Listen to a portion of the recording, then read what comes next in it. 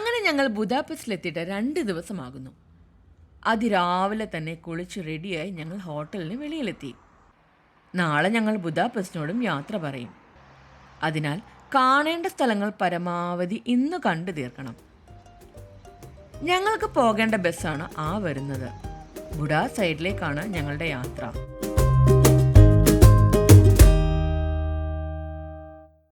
ഇവിടെ നിന്നും ഏകദേശം 7 കിലോമീറ്റർ അകലെയാണ് ഞങ്ങൾക്ക് പോകേണ്ട സ്ഥലം. ഏത് നഗരത്തിൽ ചെന്നാലും അതിരാവിലെയുള്ള ഈ യാത്ര ഒരു പതിവ് ശീലമാണ്. അതിന് പല കാരണങ്ങളുമുണ്ട്. പ്രധാനമായും ഈ സമയത്ത് വിസിറ്റേഴ്സിൻ്റെ തിരക്ക് ഒട്ടും കാണുകയില്ല. മാത്രമല്ല, പ്രഭാതത്തിൽ നഗരത്തിന് ഒരു പ്രത്യേക സൗന്ദര്യമാണ്. സൂര്യൻ ഉദിച്ചു വരുന്ന സമയമായതുകൊണ്ട് തന്നെ ചൂടിൻ്റെ കാഠിന്യവും കുറവായിരിക്കും. തിരക്കൊഴിഞ്ഞ വീഥികളിലൂടെ ബസ് അങ്ങനെ മുന്നോട്ട് പോവുകയാണ്. കുറച്ചു കഴിയുമ്പോൾ ഈ വഴിയോരങ്ങളിൽ തിരക്കേറും. മധ്യ യൂറോപ്പിലെ വളരെ സുന്ദരമായ ഒരു നഗരമാണ് ബുദാപെസ്റ്റ്. ഒടുവിൽ ഞങ്ങൾ ബസ്സിൽ നിന്നും പുറത്തേക്കിറങ്ങി. ആ കാണുന്നതാണ് ചെയിൻ ബ്രിഡ്ജ്. ഈവനിങ് അതിലൂടെ ഒരു കാൽനട യാത്ര പ്ലാൻ ചെയ്യുന്നുണ്ട്. പക്ഷേ നമ്മൾ ഇപ്പോൾ പോകുന്നത് ഫിഷർമാൻസ് ബാസ്റ്റണിലേക്കാണ്. ഇവിടെ നിന്നും ഏകദേശം 1.5 കിലോമീറ്റർ നടന്നിട്ട് വേണം അവിടെ എത്താൻ. അവിടേക്ക് ബസ് ഉണ്ടെങ്കിലും കാഴ്ചകൾ കണ്ട് ഞങ്ങൾ നടന്നു. സൺഡേ മോർണിംഗ് ടൈം ആയതുകൊണ്ട് തന്നെ ഈ വീഥികളിലൂടെ നടക്കുമ്പോൾ ആകെ ഒരു ശാന്തത. സൂര്യൻ ഉദിച്ചു വരുന്നതേ ഉള്ളൂ. ഇന്നലത്തെ ആഘോഷങ്ങളൊക്കെ കഴിഞ്ഞ് മിക്കവരും മയക്കത്തിലായിരിക്കാം. ഇവിടെ നിന്നും ഏകദേശം 200 സ്റ്റെപ്പുകൾ കയറി വേണം നമുക്ക് ഫിഷർമാൻസ് ബാസ്റ്റണിലെത്താൻ. കുറച്ച് കഷ്ടപ്പെടേണ്ടതുണ്ട്, എങ്കിലും മുകളിൽ നിന്നുള്ള കാഴ്ച അതിസുന്ദരമാണ്. ബുഡാപെസ്റ്റിലെ ഏറ്റവും പ്രശസ്തമായ ലാൻഡ്മാർക്കാണ് ഫിഷർമാൻസ് ബാസ്റ്റൺ.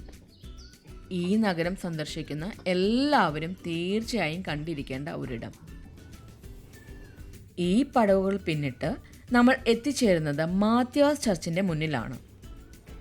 ഫിഷർമാൻസ് ബാസ്റ്റണും ചർച്ചും ഒരേ കോമ്പൗണ്ടിലാണ് സ്ഥിതി ചെയ്യുന്നത്. ഇവിടെ നിന്നും താഴേക്ക് നോക്കിയാൽ നഗരം മുഴുവൻ നിങ്ങൾക്ക് കാണാം.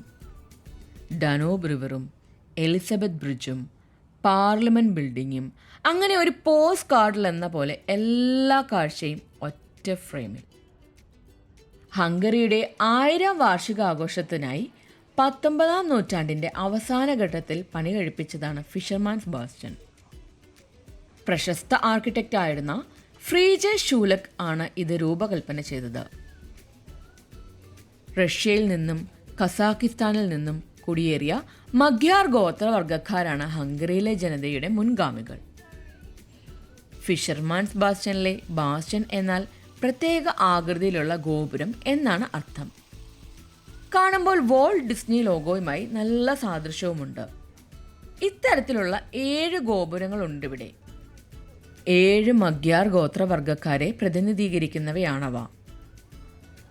മധ്യകാലഘട്ടത്തിലെ അധിനിവേശ സമയത്ത് കോട്ടയെ സംരക്ഷിക്കേണ്ട ചുമതല മത്സ്യത്തൊഴിലാളികൾക്കായിരുന്നു. അവരോടുള്ള ആദരവാണ് ഫിഷർമാൻസ് ബാസ്റ്റൺ എന്ന പേരിൻ്റെ ഉത്ഭവത്തിന് പിന്നിൽ. ബുഡാ കാസ്റ്റൽ ഏരിയയെ സുന്ദരമാക്കുക എന്ന ലക്ഷ്യത്തോടെയാണ് ഫിഷർമാൻസ് ബാസ്റ്റൺ പണി കഴിപ്പിച്ചത്. സന്ദർശകർക്ക് നഗരത്തിൻ്റെ ഒരു പനോരമിക് വ്യൂ കിട്ടത്തക്ക വിധത്തിലുള്ള ഒരു വ്യൂവിംഗ് ടെറസ്, പ്രത്യേകിച്ച് വെസ്റ്റ് സൈഡും ഡനൂബ് റിവറും ഒക്കെ ചേർന്ന ഒരു ദൃശ്യവിരുന്നു. ദശലക്ഷക്കണക്കിന് സന്ദർശകരാണ് എല്ലാ വർഷവും ഇവിടെ എത്തുന്നത്. ഫോട്ടോഗ്രാഫേഴ്സിൻ്റെ ഒരു ഇഷ്ട സ്ഥലം കൂടിയാണിത്. ഫിഷർമാൻസ് ബാസ്റ്റണിൻ്റെ തൊട്ടടുത്തായി ചരിത്ര പ്രസിദ്ധമായ ഒരു നിർമ്മിതിയുണ്ട്. 11ാം നൂറ്റാണ്ടിൻ്റെ അവസാന ഘട്ടത്തിൽ പണി കഴിപ്പിച്ച മാത്യാസ് ചർച്ചിനെ പറ്റിയാണ് ഞാൻ പറഞ്ഞു വരുന്നത്. ചർച്ചിൻ്റെ ചരിത്രം മനസ്സിലാക്കണമെങ്കിൽ പള്ളിമുറ്റത്തെ പ്രശസ്തമായ ഈ പ്രതിമയെപ്പറ്റി നമുക്ക് അറിവുണ്ടാകണം. കുതിരപ്പുറത്ത് കുരിശും പിടിച്ചിരിക്കുന്നത് മറ്റാരുമല്ല, ഹംഗറിയുടെ ആദ്യത്തെ രാജാവായിരുന്ന കിങ് സെൻറ്റ് സ്റ്റീഫനാണ്. ഹംഗേറിയൻ ജനതയുടെ മുൻഗാമികൾ മഗ്യാർ ഗോത്രവർഗക്കാരായിരുന്നുവെന്ന് ഞാൻ മുമ്പ് പറഞ്ഞിരുന്നുവല്ലോ. പേഗണിസം എന്ന മതമായിരുന്നു അവർ ഫോളോ ചെയ്തിരുന്നത്. എന്നാൽ കിങ് സെൻറ്റ് സ്റ്റീഫൻ അദ്ദേഹത്തിൻ്റെ ഭരണകാലത്ത് തൻ്റെ ജനതയെ ക്രിസ്ത്യാനിറ്റിയിലേക്ക് മതപരിവർത്തനം നടത്തി. പള്ളികൾ പണിതും മതപഠനം നിർബന്ധമാക്കിയും അദ്ദേഹം രാജ്യത്തെ ക്രിസ്ത്യാനിറ്റിയിലേക്ക് നയിച്ചു. ഈ മാറ്റങ്ങളിലുള്ള അദ്ദേഹത്തിൻ്റെ സുപ്രധാന പങ്കുമൂലം അദ്ദേഹത്തെ ഒരു സെയിൻ്റായി പിന്നീട് വാഴ്ത്തപ്പെട്ടു.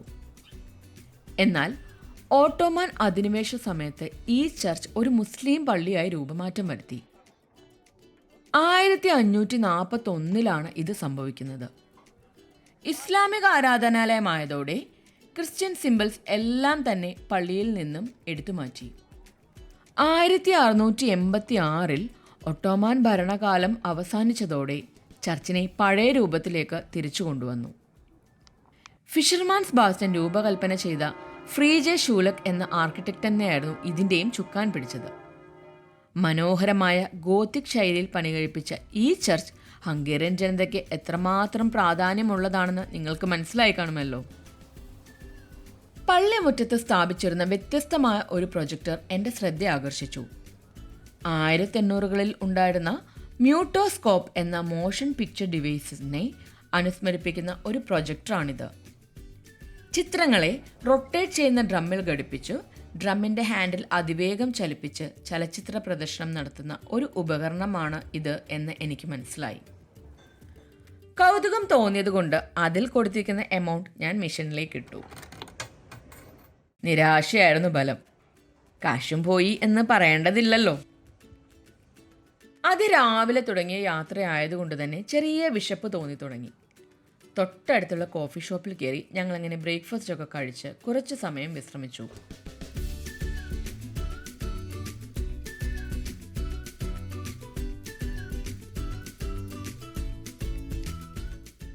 ഓരോ നാടിനും അവരുടെ ജീവിതവുമായി ബന്ധപ്പെട്ട് കിടക്കുന്ന ചില ഘടകങ്ങളുണ്ടാകും.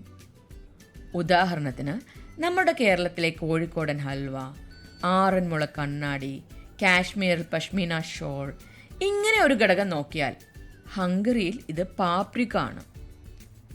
ഈ ചുവന്ന നീളൻ മുളക് ഹംഗറിയുടെ ഒരു നാഷണൽ സ്പൈസ് ആണ്. ഒരു പ്രധാന സൊവിനിയർ ഐറ്റം കൂടിയാണിത്. ഇത് പൗഡറായും പേസ്റ്റായും വറ്റൽമുളകായും അതല്ല പ്ലാസ്റ്റിക്കിൽ നിർമ്മിച്ച സൊവിനിയർ ആയിട്ടാണ് നിങ്ങൾക്ക് വേണ്ടതെങ്കിൽ അങ്ങനെയും ലഭ്യമാണ്. ഓട്ടോമൻ സാമ്രാജ്യ സമയത്ത് തുർക്കികളാണ് പാപ്രിക്കയെ ഹംഗറിയിൽ എത്തിച്ചത്.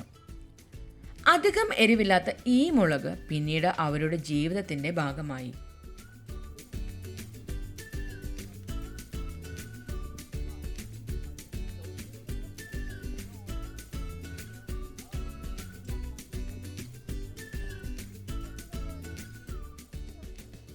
കാസൽ ഡിസ്ട്രിക്റ്റിലൂടെയുള്ള യാത്രയിൽ പിന്നീട് ഞങ്ങൾ എത്തിച്ചേർന്നത് 13ാം നൂറ്റാണ്ടിൽ പണി കഴിപ്പിച്ച മേരി മാഗ്ഡലീൻ ടവറിലാണ്.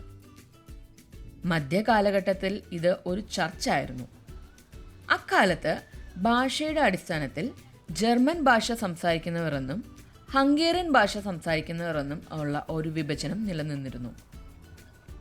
ജർമ്മൻ ഭാഷ സംസാരിച്ചിരുന്ന സാക്സണുകൾ എന്നറിയപ്പെടുന്ന സമൂഹം മാത്യാസ് ചർച്ചിലും ഹംഗേറിയൻ ഭാഷ സംസാരിച്ചിരുന്ന മഗ്യാർ ഗോത്ര വിഭാഗക്കാർ മേരി മാഗ്ഡലിൻ ചർച്ചിലും ആരാധന നടത്തി. ഓട്ടോമൻ അധിനിവേശ സമയത്ത് ഇതും ഒരു മോസ്കായി രൂപമാറ്റം ചെയ്യപ്പെട്ടു. ഇന്ന് ഇതൊരു ടവറാണ്. 172 പടികളുണ്ട് ഇതിന് മുകളിലെത്താൻ. ഏകദേശം 4 യൂറോ ആണ് ടിക്കറ്റ് നിരക്ക്. സന്ദർശനം നടത്തി മടങ്ങുന്ന യാത്രികർ ടിക്കറ്റ് എടുത്ത് മുകളിൽ കയറേണ്ട കാര്യമില്ലെന്ന് ഞങ്ങളെ ഉപദേശിച്ചു. പ്രത്യേകതകളുള്ള കാഴ്ച ഒന്നും തന്നെ ഇല്ല എന്നായിരുന്നു അവരുടെ അഭിപ്രായം. ടവറിനുള്ളിൽ ഒരു ചെറിയ പെയിന്റിംഗ് എക്സിബിഷനും സംഘടിപ്പിച്ചിട്ടുണ്ട്.